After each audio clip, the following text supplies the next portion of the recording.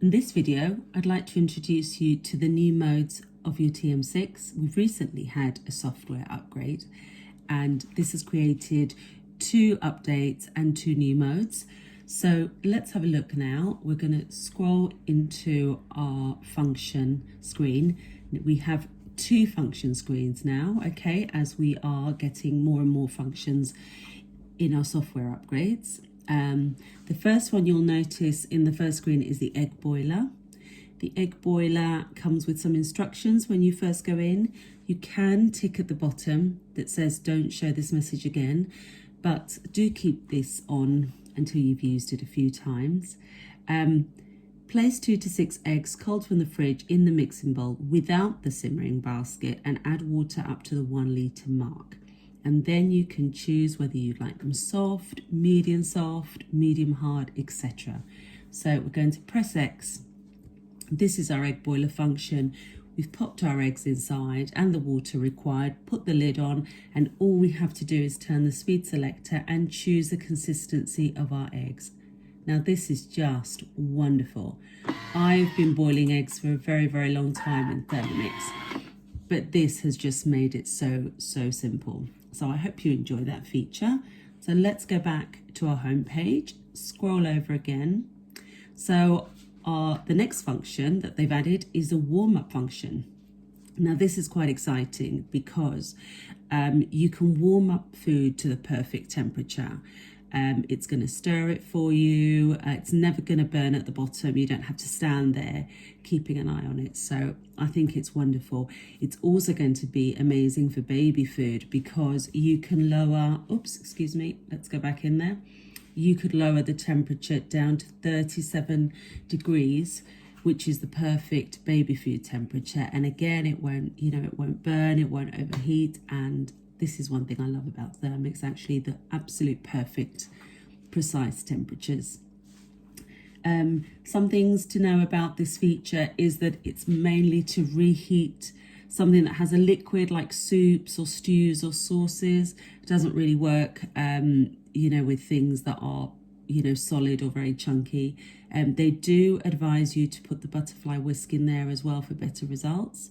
Okay, so that would be it. So you choose your temperature there, and then you press on the temperature sign and you turn your selector, and that will warm it up for you to perfection. Wonderful. Okay, so let's stop that now and let's have a look at, we have some features that have actually been upgraded rather than added. So for example, the pre-clean here.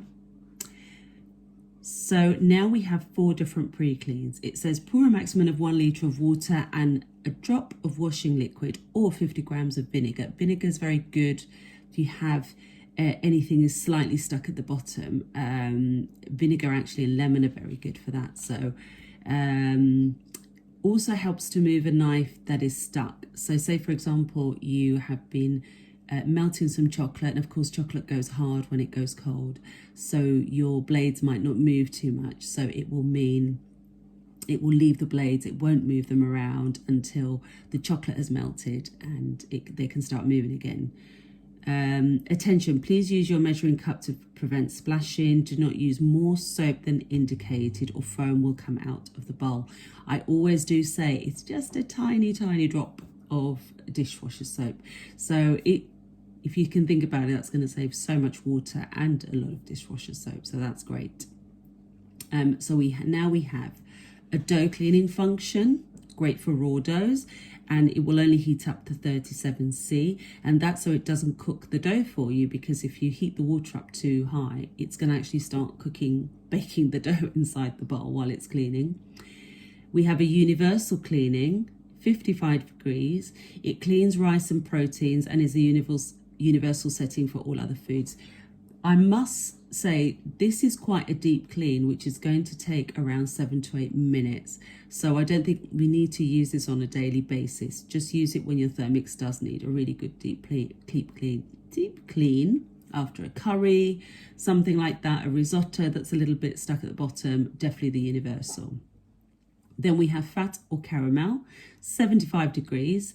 And of course, when you make something like caramel or toffee, it's very sticky, it will stick at the bottom, and we do need the temperature in the water to be quite a bit higher. So that's when we use this one. And then of course, lastly, we have the browning. When we brown, we always get inevitably a few black bits at the bottom. So now we have this higher temperature, 105 boiling temperature, and that's going to be very good. It says soaking without stirring at the beginning. So if there are any bits stuck at the bottom, that's going to really soak it off. I also like the boiling temperature to give the thermix a really good clean and sterilization. That works really well. Again, you can tick this off once you've learnt these temperatures, but do please leave the instructions on for a little bit until you get used to them. And here we have the pre-clean mode. So what you do here is simply turn the selector to the preferred dough. Oh, I did it too slowly. Let's start again. So we've got dough, universal, fat or caramel, and browning. Okay, so very, very easy to use. So that's all our new software updates for the moment. We had a couple of new ones earlier on in the year, which were the rice cooker and the thicken. But those have been out now for a good 3 to 4 months. So hopefully you're comfortable with those functions. Another new feature, I would like to show you the new function that we have, which is inbuilt videos, tutorials into our recipes. So here we have a croissant recipe, which is a new collection that has been added this week. And all this new collection is brilliant baking, and it has tutorial videos in every single recipe. And I just want to show you how they work. So if you press cook, the first thing obviously is asking us to add all the ingredients. We're going to keep going till the end. Okay, keep doing everything until... Okay, so we've come to our first video tutorial. It says flatten butter in the center of dough, fold the corners in the center so the butter is completely enclosed. And we have a visual of how to do this. There we go. So you can replay as many times as you like. Wonderful. This is so much easier sometimes than explanations. And what I love about the visual as well is that if you are following a foreign recipe, you might be able to actually, say like, for example, an Italian recipe, if you're making pasta and they have visuals, you only need to Google the ingredients, but then you can just follow the visuals for the instructions. So here we have another video on the croissant recipe. Oh, wow, that's very clever. I like how they're doing that. See, I'm learning something already with these videos, which is great. Fantastic. So it's cut the little triangles now. And again, you can replay that as many times as you like. But yeah, that's really clever. I love that. Amazing. So this is going to finish now. I don't know if there are any more videos in this recipe, but we should... Oh, yep, here's another video. So this is how to roll the actual croissant. So we've got our little triangle. Stretch it out a little bit. Oh, wow. That looks really good. Love these. Anyway, I hope you've enjoyed discovering the new features and functions of your software update.